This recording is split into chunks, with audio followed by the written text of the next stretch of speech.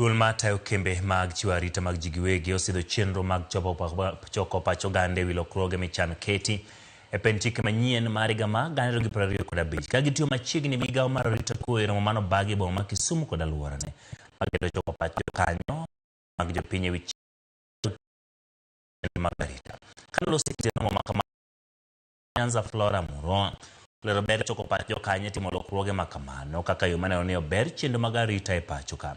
Jatich maduong' mar riwruog kembe mag arita mag ji giwegi Philip Liki Okelo owacho ni lokruoge makamagi osedeko gigni 9 kowacho ni ochopo kama chikego okoro winjore bed ni iketo e tim kaka yor luoko kendo bero chenro mag arita ka kembegi ndiko joma nigi lony manyalo tiyo gi oganda e yor lony mowinjore.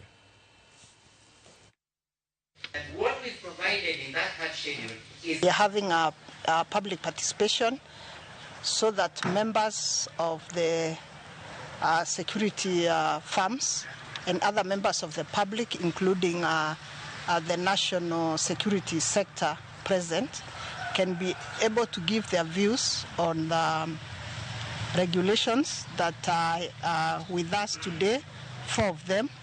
And we expect that out of their participation, we are going to get to make these regulations better.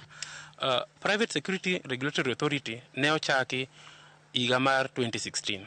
Kawuono wan higa mar 25 to pok waneno ka chikegi obedo makoro nyalo tayo tijewa.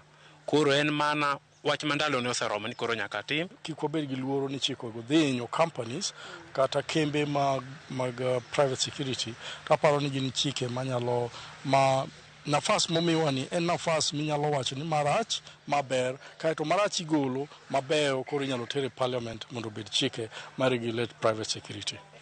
Weche mag discussion mag regulations gi to this time round mondo kibedi mondo gifuatilia security firms. Askari osebedo ka kale pek to gimalich bende mwawacho nitie representation mag the board. Wakwayo ni mondo government ong'i kambi machudo maber kikaw representation to kaw mana jok machulo the minimum wage.